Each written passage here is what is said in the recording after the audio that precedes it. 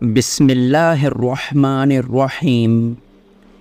دوستو، والدین اپنی اولاد کی شادی میں اپنی مرضی مسلط کرنے میں کس کس ناجائز حد تک جا سکتے ہیں، اس کا اندازہ آپ کو آج کی کہانی مکمل سننے کے بعد ہو ہی جائے گا۔ بھائی ان دنوں FA میں پڑھ رہا تھا اور میں گریجویشن مکمل کر چکی تھی۔ تعلیم اور ملازمت حاصل کرنا گویا جوئے شیر لانے کے مترادف تھا۔ نوکری کی تلاش میں سرگردہ تھی تاکہ گھر سنبھال سکوں۔ بہت بھاگی دوڑی مگر ملازمت نہ ملی۔ محلے میں جگہ جگہ پرائیویٹ اسکول کھلے ہوئے تھے مگر تنخواہ اتنی کم کہ اسکول آنے جانے کا خرچہ بھی پورا نہ ہوتا۔ خوب تلاش کرنے کے باوجود ملازمت نہ ملی تو گھر میں اسکول کے بچوں کو ٹیوشن پڑھانے لگی۔ اس طرح کچھ آمدنی کی سبیل نکلی اور 2 وقت کی روٹی دال کے اسباب پیدا ہو گئے۔ یہ وقت ہم نے بڑی مشکل سے کاٹا، یہاں تک کہ بھائی سمد نے تعلیم مکمل کر لی۔ خوش قسمتی سے انہی دنوں میرے والد کے ایک دوست دوسرے شہر سے آئے۔ جب ان کو پتہ چلا کہ والد صاحب اس دنیا میں نہیں رہے تو وہ ان کی تعزیت کو ہمارے گھر آ گئے۔ بتاتی چلوں کہ میرے والد صاحب ایک چھوٹی سی دکان چلاتے تھے اور ان کو کچھ گنڈوں نے اس دکان میں گھس کے پیٹھ پر چھرا گھونپ کے قتل کر دیا تھا۔ یوں ہمارے مالی حالات کافی خراب ہو گئے تھے۔ شیخ صاحب والد صاحب کے بچپن کے دوستوں میں سے تھے اور اب صاحب حیثیت ہو گئے تھے۔ ہمارے مالی حالات دیکھ کر افسردہ ہو گئے اور بھائی کو دفتر آنے کو کہا۔ سمد اگلے دن شیخ صاحب کے دفتر گیا۔ انہوں نے اسے اپنے آفس میں ملازمت دے دی۔ انہی دنوں ہمارے تایا جان جو بے اولاد تھے ان کا انتقال ہو گیا۔ انہوں نے کافی دولت و جائیداد بنا لی تھی۔ ان کی وصیت کے مطابق ان کی جائیداد سے کافی حصہ ہم کو مل گیا۔ یوں اچانک ہمارے حالات سدھر گئے۔ جب گھر میں خوشحالی آ جائے تو سبھی کا جی چاہتا ہے کہ خوشیاں منائیں۔ ہماری امی کی خوشی یہ تھی کہ بھائی کی شادی کا سہرا دیکھیں۔ ادھر ہم سمد کی شادی کے بارے میں سوچ رہے تھے، ادھر وہ اپنی پسند کے خیالوں میں کھوئے ہوئے تھے مگر بتانے سے ڈرتے تھے کیونکہ ہمارے گھر کا ماحول ایسا نہ تھا۔ میں اپنے بھائی سے پیار کرتی تھی اور اس کی خوشی مجھ کو عزیز تھی۔ ایک دن سمد سے پوچھ ہی لیا کہ اگر تمہیں کوئی لڑکی پسند ہے تو بتا دو، میں امی کو راضی کر لوں گی۔ تب اس نے بتایا کہ آپا، ایک لڑکی جس کا نام ماہم ہے میرے ساتھ آفس میں کام کرتی ہے، وہ مجھے اچھی لگتی ہیں اور اس سے شادی کرنا چاہتا ہوں لیکن لڑکی سے بات نہیں کی ہے۔ یوں تو بات چیت ہم کرتے ہیں مگر شادی کے بارے میں بات کرنے کی ہمت نہیں پڑتی۔ نہیں معلوم وہ رشتہ قبول کرے گی بھی یا نہیں۔ میں نے کہا آسان طریقہ یہ ہے کہ ہم شیخ صاحب کو درمیان میں ڈال لیں۔ وہ باس ہیں اور ہمارے مالی حالات بھی اب بہت بہتر ہیں۔ میرا نہیں خیال کہ لڑکی والے انکار کریں گے۔ البتہ لڑکی کا رشتہ اگر پہلے سے کہیں طے ہے تو کچھ مسئلہ ہو سکتا ہے۔ میں نے امی سے اور انہوں نے شیخ صاحب سے ذکر کیا۔ وہ بولے لڑکی اچھی ہے اور اس کے والد سے میری پرانی جان پہچان ہے، آپ میرے ساتھ چلیے، لڑکی دیکھ لیجئے اور پھر بات چلاتے ہیں، امید ہے کہ رشتہ مل جائے گا۔ شیخ صاحب نے مجھے اور امی کو ماہم سے ملوایا۔ وہ بہت اخلاق سے ملی اور ہم کو پہلی ملاقات میں پسند آ گئی۔ ہم اس سے شیخ صاحب کے آفس میں ملے تھے۔ بعد میں انہوں نے ماہم کے والد سے بات کی تو انہوں نے اپنے گھر آنے کی دعوت دے دی۔ لڑکی کے والدین اور باہم کا گھرانہ ہم کو پسند آیا۔ امی نے رشتے کا معاملہ شیخ صاحب پر چھوڑ دیا۔ انہوں نے ہی لڑکی والوں سے مزید بات چیت کی اور ہاں ہو گئی۔ لڑکی کے والدین اور ماہم کا گھرانہ ہم کو پسند آیا۔ امی نے رشتے کا معاملہ شیخ صاحب پر چھوڑ دیا۔ انہوں نے ہی لڑکی والوں سے مزید بات چیت کی اور ہاں ہو گئی۔ اس کے بعد ماہم نے دفتر آنا بند کر دیا اور گھر بیٹھ گئی۔ ان لوگوں کے گھر کا ماحول ہمارے گھر کی طرح خالصتاً مشرقی تھا۔ وہ دن بھی آ گیا جب ماہم دلہن بن کر ہمارے گھر آ گئی۔ صمد بھائی تو مارے خوشی کے زمین پر پاؤں نہیں دھرتے تھے۔ ان کے خوابوں کی تعبیر ان کو مل گئی تھی، لیکن ماہم کے خوابوں کے بارے میں کوئی نہیں جانتا تھا۔ شادی کا دن تمام ہوا۔ رخصتی کے بعد ہم سب تھکے ہارے رات کو جہاں جس کو جگہ ملی پڑھ کر سو گئے۔ شادی کا گھر تھا، دور کے مہمان بھی واپس نہیں جا سکتے تھے۔ ہم نے بھیا کا کمرہ دلہن کی طرح سجا دیا تھا۔ شادی کی رات صمد بھائی اور اسی کمرہ میں گئے اور اپنے ہاتھوں سے دلہن کا گھونگھٹ اٹھایا۔ دلہن نے ان کے ہاتھ ہٹا دیے اور ایسے دیکھا جیسے وہ اس سارے تکلف سے بیزار تھک کر چور ہوئی بیٹھی ہو۔ تبھی اس نے کہا، آپ بے شک مجھے شریک حیات قبول کر چکے ہوں، لیکن میں آپ کو قبول نہیں کرتی۔ میں کسی مجبوری کی وجہ سے یہاں بیٹھی ہوں۔ یہ الفاظ نہیں، انگارے تھے جو میرے بھیا کے پرشوق دل پر برس گئے۔ صمد ابھی سوچ رہا تھا کہ کیا جواب دے، ماہم نے مزید گلفشانی کی۔ میں آپ سے نفرت نہیں کرتی، لیکن محبت کرنا بھی میرے بس کی بات نہیں ہے۔ یہ میرے دل کی مجبوری ہے۔ بھائی کو اپنی دلہن سے ایسی امید نہ تھی۔ ماہم کو دفتر میں پرکھ چکے تھے۔ وہ غلط قسم کی لڑکی ہرگز نہیں تھی، ہمیشہ لیے دیے رہنے والی، اپنے کام سے کام رکھنے والی اور ٹھیک ٹائم سے گھر پہنچ جانے والی کسی طرح غلط قسم کی نہیں ہو سکتی تھی۔ اس نے پھر ایسا کیوں کہا تھا، وہ بھی شادی کی پہلی رات؟ ایسی بات کرنے کو تو بڑا حوصلہ چاہیے تھا، اور دیکھنے میں ماہم میں اتنا حوصلہ نہ تھا کہ ماں باپ سے بغاوت کرتی۔ خاوند سے بغاوت تو اور بھی دقت طلب مرحلہ تھا۔ تم اگر مجھ سے شادی نہ کرنا چاہتی تھیں تو ماں باپ سے کیوں نہ انکار کر دیا؟ نکاح کے وقت قبول کیوں کر لیا؟ ماں باپ سے سخت احتجاج کیا تھا اور نکاح کے وقت بھی قبول نہیں کیا تھا۔ میری جگہ میری بہن کو بٹھا دیا اور اس نے قبول کیا۔ نام لیا گیا، میں تو کمرہ بند کر کے بیٹھی ہوئی تھی۔ تو تمہارے دستخط بھی کسی اور نے کیے ہوں گے؟ بھائی نے پوچھا۔ نہیں، ایسا نہیں ہوا ہے۔ دستخط تو والد صاحب نے ڈانٹ ڈپٹ کر کے کروا لیے تھے۔ آخر تمہارے والدین نے ایسا کیوں کیا؟ اس لیے کہ وہ اپنی عزت بچانا چاہتے تھے، اور تم کو ان کی عزت کا خیال نہ تھا۔ خیال تھا تبھی تو یہاں بیٹھی ہوں۔ آخر ایسے حالات پیدا کرنے کی کیا وجہ تھی؟ وجہ یہ تھی کہ میں نے کسی سے کلام پاک پر قسم کھائی تھی۔ جانتی ہو کہ ایسی شادیاں درست نہیں ہوتیں۔ جانتی ہوں، تبھی تو حقیقت بتا رہی ہوں۔ نئی نویلی دلہن کی باتیں سن کر صمد سوچ میں پڑ گیا۔ یہ کیسا انوکھا مذاق تھا۔ ایک دلہن جو کمرہ عروسی میں موجود اپنی زبان سے کہہ رہی تھی کہ یہ نکاح جعلی ہے۔ صمد بھائی سر تھام کر بیٹھ گئے۔ اب کیا کریں؟ اگر تم راضی نہ تھیں تو رخصتی کیسے قبول کر لی اور دلہن بن کر 16 سنگھار بھی کروا لیے، اور کہتی ہو کہ تم نے نکاح قبول نہیں کیا؟ تم عاقل بالغ ہو، پڑھی لکھی ہو، رخصتی پر راضی کیسے ہو گئیں؟ بھائی نے استفسار کیا۔ میں نے بہت چاہا۔ والد صاحب رونے لگے۔ پھر آپ کی بہن آئیں اور اپنی بوڑھی ماں کا واسطہ دیا کہ دیکھو ماہم، بارات واپس نہیں جائے گی، ورنہ میری بیوہ ماں یہ بے عزتی برداشت نہ کر سکیں گی۔ انہوں نے اپنی لڑکیوں کو بھی تو بیانا ہے۔ ہم نے تو طریقے سے رشتہ مانگا اور آپ کے والدین نے ہاں کی۔ سب کچھ اس مرحلے تک طریقے سے ہوا ہے، تو اب عین وقت پر یہ کیا معاملہ ہو گیا ہے؟ اب چاہے شادی کامیاب ہو یا ناکام، بے شک بعد میں طلاق لے لینا، لیکن اس وقت تو رخصتی ہوگی۔ ہم برادری کو کیا جواب دیں گے؟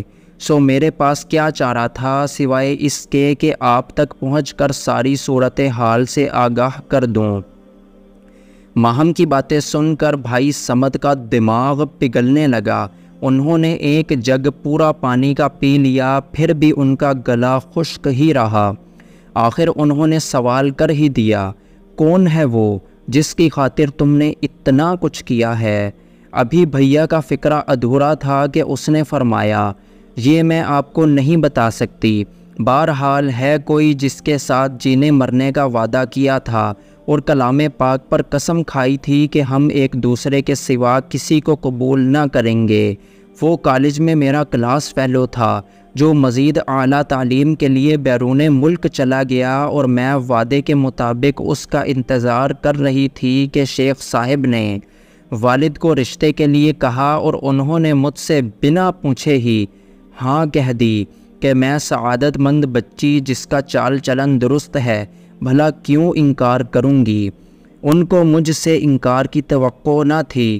بعد میں انہوں نے اپنی زبان کی پاسداری کی اور یہی سمجھا کہ میں نادان بچی ہوں، بلا وجہ شادی سے گھبرا رہی ہوں، شادی ہو گئی تو سب کچھ ٹھیک ہو جائے گا۔ اب میں بھی مجبور ہوں، اپنی قسم کی پاسداری بھی کرنی ہے۔ آپ میری قسم کی لاج رکھ لیں، کلام پاک کی قسم بڑی قسم ہوتی ہے، ورنہ آپ کی مرضی ہے۔ اس وقت تو آپ میرے مالک بنا دیے گئے ہیں اور تقدیر میرے ہاتھ میں نہیں ہے۔ یہ کہہ کر وہ رونے لگی۔ اسے روتا دیکھ کر بھائی نرم پڑ گئے۔ اس گھڑی ماہم ان کی من چاہی محبوبہ ہی نہیں، ان کی بیوی کے روپ میں ان کی دلہن تھی، لیکن بقول ان کے ایک مجبور لڑکی بھی تھی۔ خدا جانے بھائی نے یہ رات کیسے چھت پر ٹہل کر گزاری، کیونکہ دلہن کا کمرہ اوپر تھا۔ ہم کو اس رات کی تنگ دامنی کا پتہ نہ چلا، کیونکہ بھیا اور ماہم نے کسی کو کچھ نہ بتایا۔ حسب پروگرام صبح سب تیار ہو گئے۔ کچھ تھکن کم ہوئی تو ولیمے کی تیاری ہونے لگی۔ میں دلہن کے کمرے میں گئی۔ آفرین ہے ماہم کے حوصلے پر، اس نے کسی کو شک بھی نہ ہونے دیا کہ وہ گزشتہ رات سے بس نام کی دلہن ہے۔ ہم نے اسے ولیمے کے لیے دوبارہ تیار کیا۔ باہر بھائی بھی اپنے دوستوں میں گھر گئے۔ وہ کچھ بجھے ضرور تھے، مگر جلد ہی انہوں نے اپنی اس کیفیت پر قابو پا لیا اور مہمانوں سے ہنس ہنس کر باتیں کرتے رہے۔ ہنگامے ولیمہ شادی ختم ہوا تو سنجیدہ سؤال نے میرے بھائی کا دامن تھام لیا کہ اب کیا قدم اٹھایا جائے۔ ماہم سے انہوں نے پوچھ لیا، اب تم ہی بتا دو کیا فیصلہ کرنا ہے، کہو تو ابھی طلاق دے دوں، مگر اپنے اور تمہارے والدین کو اس اقدام سے آگاہ کرنا ہوگا۔ اس پر وہ خاموش ہو گئی، کچھ سوچتی رہی، پھر بولی، آپ چند دن بطور مہمان مجھے اپنے گھر میں رکھ لیں، کیونکہ والدین فوری طور پر مجھے قبول نہیں کریں گے، کہیں اور جا کر میں غیر محفوظ ہو جاؤں گی، دارالامان بھی جانا نہیں چاہتی، تو تم یہاں رہ کر اپنے چاہنے والے سے رابطہ کرو گی؟ بھائی نے پوچھا تو وہ کہنے لگی، میں کوئی بات آپ سے چھپا کر نہ کروں گی، میرا اعتبار کیجئے، میں آپ سے جھوٹ بھی نہیں بولوں گی۔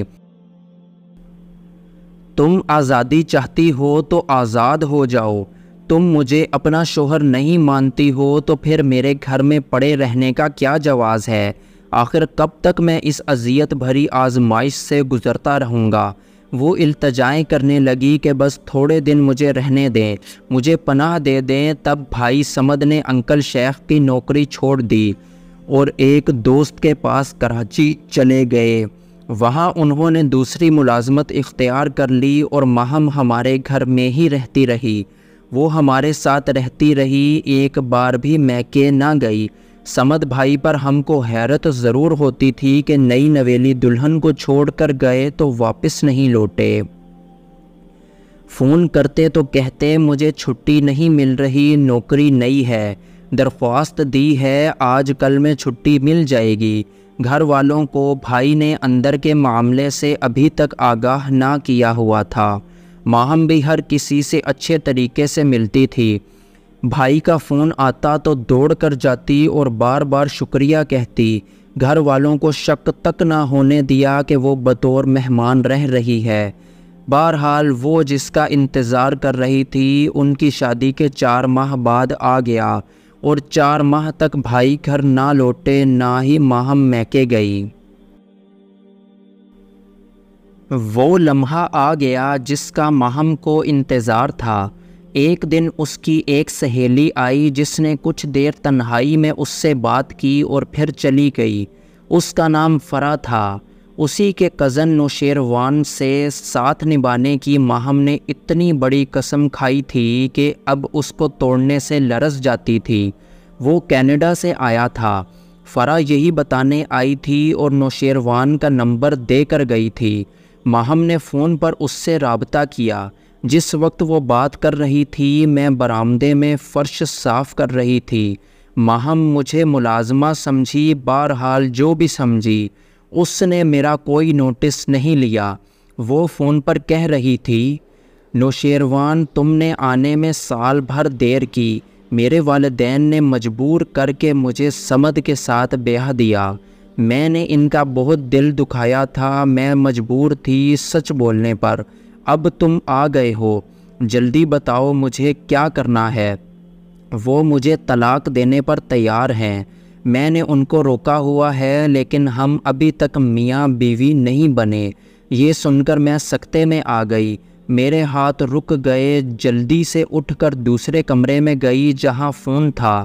میں نے دوسرے سیٹ کا ریسیور آہستہ سے اٹھایا۔ اس میں ایک مردانہ آواز سنائی دی، تم نے اپنے شوہر کو ٹھکرا کر اچھا نہیں کیا۔ اب بھی اگر وہ تم کو معاف کر دے تو تم طلاق مت لو، کیونکہ بیرون ملک مستقل رہائش حاصل کرنے کے چکر میں کچھ ایسے حالات میں گھر گیا ہوں کہ تم سے شادی نہیں کر سکتا۔ اب تمہاری شادی ہو چکی ہے، لہٰذا مجھ پر بھی قسم توڑنے کا گناہ نہیں ہے۔ ہم دونوں کفارہ ادا کر سکتے ہیں۔ تم قسم نہیں توڑنا چاہتی تھیں لیکن طلاق لینا بھی ناپسندیدہ امر ہے۔ اللہ تعالی ہم دونوں کو معاف کرے۔ دکھی نہ ہونا، میں تم کو تمہاری بھلائی کے لیے سمجھا رہا ہوں۔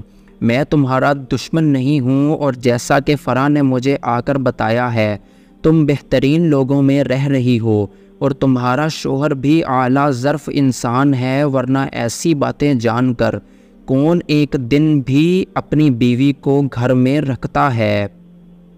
کوئی اور ہوتا تو گھر میں پناہ دینے کی بجائے اسی وقت چلتا کرتا۔ تو کیا تم اس آزمائش سے نہیں سمجھیں کہ اللہ تعالیٰ نے تمہارے لیے کتنے بہترین شخص کو چنا ہے، جس کو تم چھوڑ کر غلطی کر رہی ہو، جبکہ تم کو معلوم بھی نہیں کہ وہاں میں کیسے حالات میں پھنس گیا ہوں۔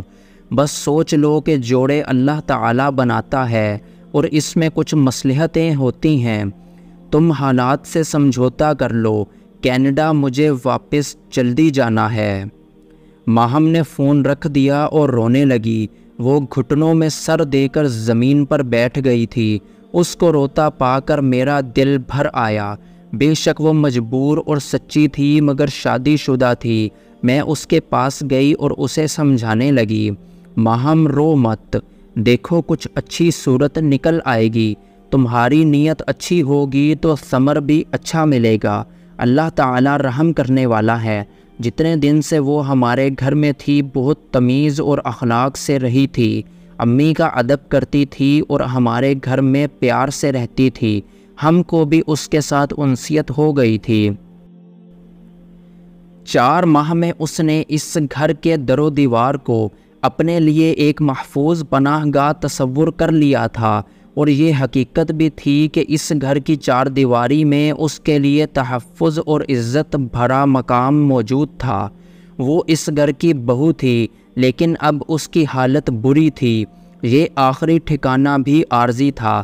والدین نے تو رخصت کرتے وقت کہہ دیا تھا کہ اب خاوند کے گھر کے علاوہ تمہارا کوئی گھر نہیں ہے۔